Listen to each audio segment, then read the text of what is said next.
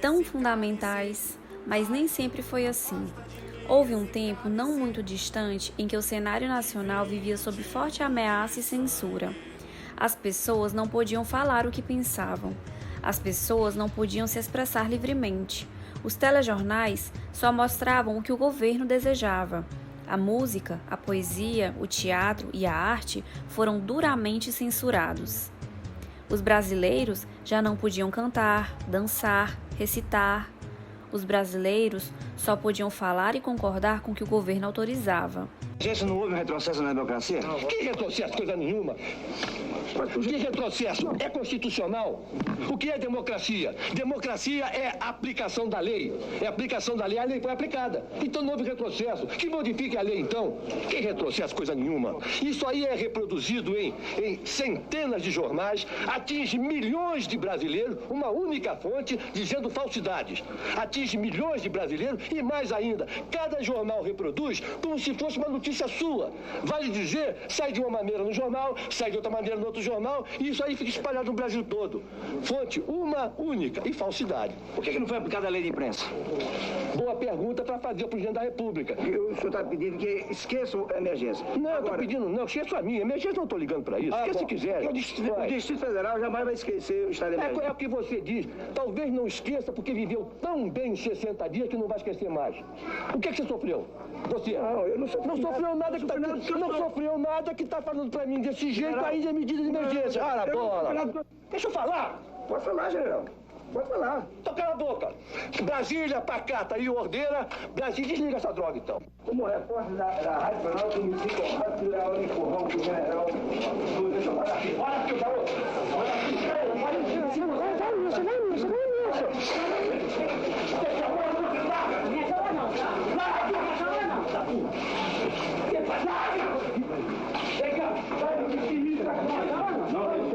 Mete a mão, tá?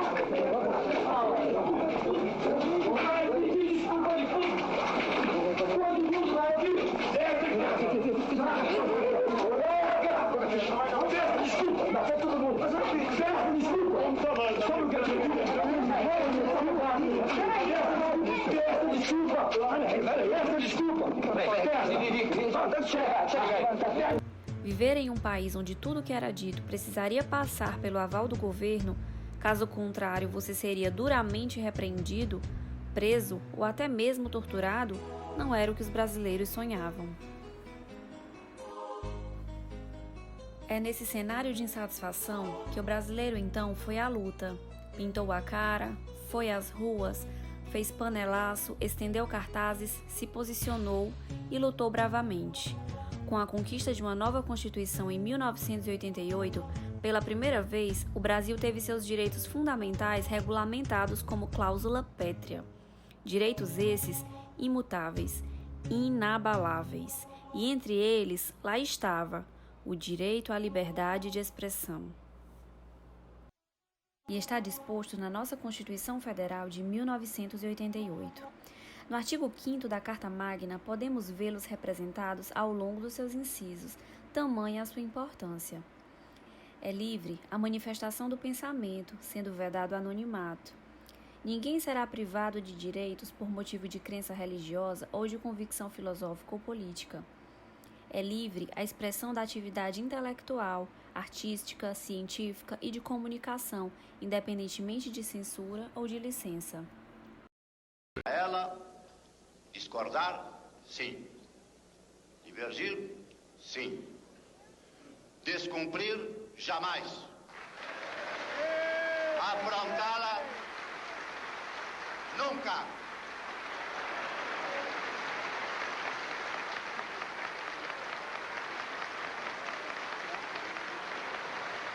Traidor da Constituição é traidor da pátria.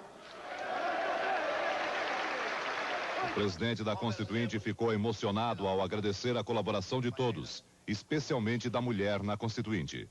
A atuação das mulheres nesta casa foi de tal teor que, pela edificante força do exemplo, aumentará a representação feminina nas futuras eleições.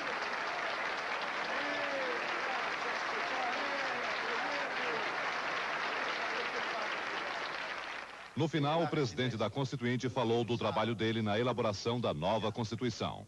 Político, sou caçador de nuvens. Já fui caçado por tempestades. Uma delas, benfazeja, me colocou no topo desta montanha de sonho e de glória. Tive mais do que pedi. Cheguei mais longe do que mereço. Que o bem que os constituintes me fizeram frutifique em paz, êxito e alegria para cada um deles. Adeus, meus irmãos. É despedida definitiva, sem o desejo de retorno. Nosso desejo é o da nação. Que este plenário não abrigue outra Assembleia Nacional Constituinte.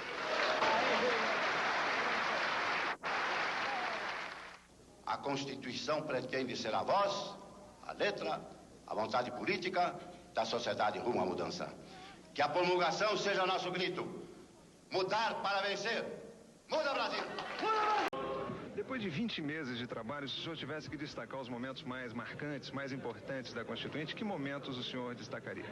Relato como acontecimento, além da sessão histórica, presidencialismo, parlamentarismo, ressalto, evidentemente, quando votamos o segundo turno. Quando chegamos ao segundo turno, sabíamos que a Constituição estava pronta, estava elaborada, o resto seria consequência.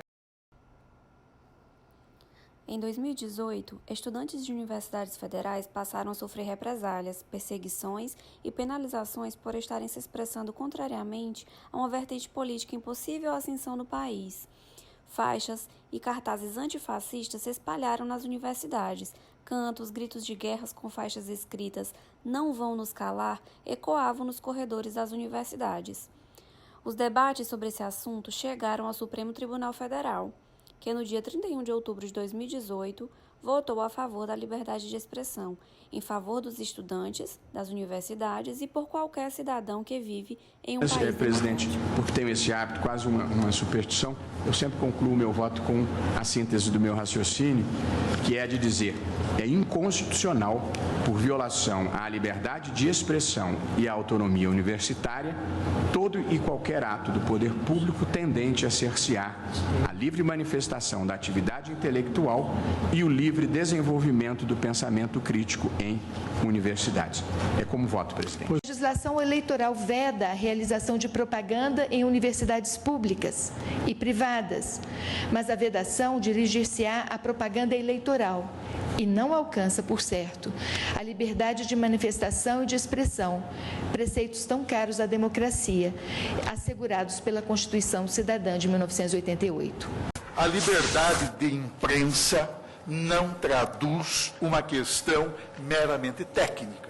Ao contrário, representa matéria impregnada do maior relevo político, jurídico e social, porque concerne a todos e a cada um dos cidadãos desta República. Essa garantia básica que resulta da liberdade de expressão do pensamento, representa em seu próprio e essencial significado um dos pilares em que se fundamenta e repousa a ordem democrática em nosso país. A liberdade de imprensa como a manifestação talvez mais importante da liberdade, porque é a liberdade de pensamento para informar, se informar e ser informado, que é a garantia de todo mundo, se compõe exatamente para a realização da dignidade da pessoa humana, ao contrário de uma equação que pretendem ver como se fossem dados adversos. Eu acho que são dados complementares, quer dizer, quanto menor a informação, menor possibilidade de liberdade que o ser humano tem e, portanto, menor dignidade em relação ao outro, criando cidadanias diferentes.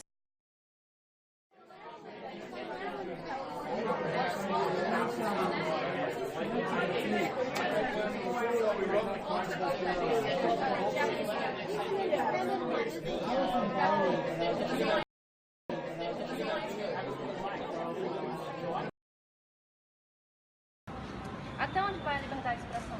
Eu acredito. Até onde não agrida alguém, não ofenda de maneira, digamos, injúria, racismo, e que não difame alguém. Eu acredito que tem esse limite. Até quando não fere o direito de outra pessoa. Nunca tem até onde vai, não tem limite para a liberdade de expressão. Para você, o que é liberdade de expressão? É poder se expressar, falar o que você pensa, falar suas crenças, suas verdades. Mas de maneira que não ultrapasse os limites. Só complementando. É a liberdade da pessoa opinar sobre determinadas ações.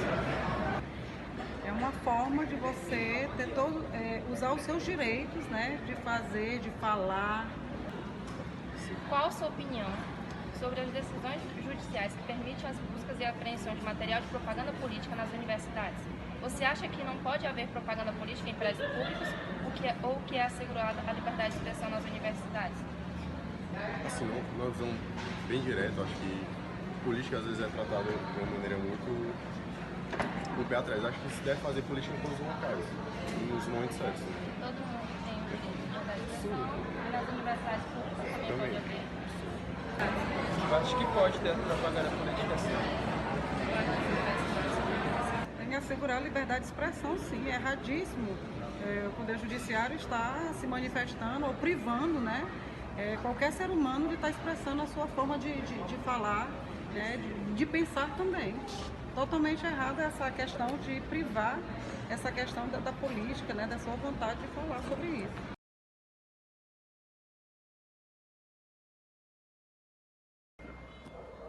Sim, meu nome é Afonso Júnior, atualmente sou defensor público do Estado do Piauí, professor universitário. E quanto à pergunta acerca da liberdade de expressão, eu tenho um entendimento que, na verdade, os direitos e garantias fundamentais previstos na Constituição Federal, nós temos que levar em consideração o princípio da harmonização da concordância prática. Os direitos e garantias fundamentais, eles são colocados numa balança. E, logicamente, você tem que colocar dentro dessa balança um que vai preponderar em detrimento ao outro. No que tange mais precisamente essa questão de busca em universidades acerca de matérias eleitorais, eu entendo que a universidade, por si só, ela tem um fim específico. Eu acho que você utilizar para fins partidários de forma equivocada, mas não obstante isso, cada cidadão ele tem sua liberdade, tanto religiosa, liberdade de expressão, entendeu? Mas tudo isso eu entendo que pode ter um controle de legalidade. Tudo quando há abuso, quando há excesso, fica vinculado à estrita legalidade e, portanto, sujeito a um controle judicial. Mas que fique claro que é possível essa liberdade de expressão, assim como os jornalistas. O jornalista também tem suas liberdades de opiniões, de palavras. Não obstante isso, a partir do momento que há um excesso, a partir do momento que há uma arbitrariedade, tudo isso está sujeito a eleitorais.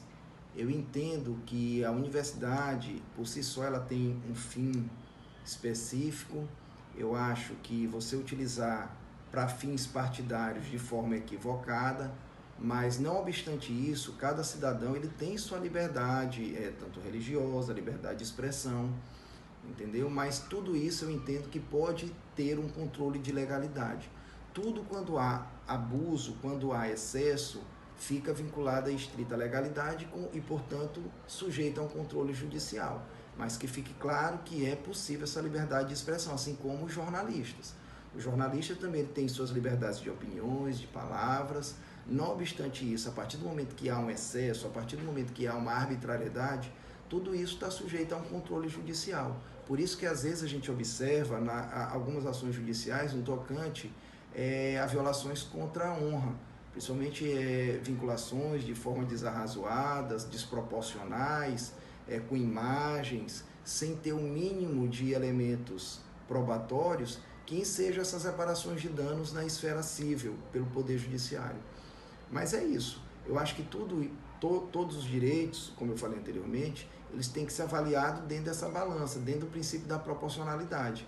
E toda vez que houver esse excesso, ele pode ser sujeito a um controle judicial. Até porque, no âmbito administrativo, ainda que você tenha aquela discricionariedade, tudo isso está sujeito a uma legalidade, certo? É mais ou menos nesse sentido.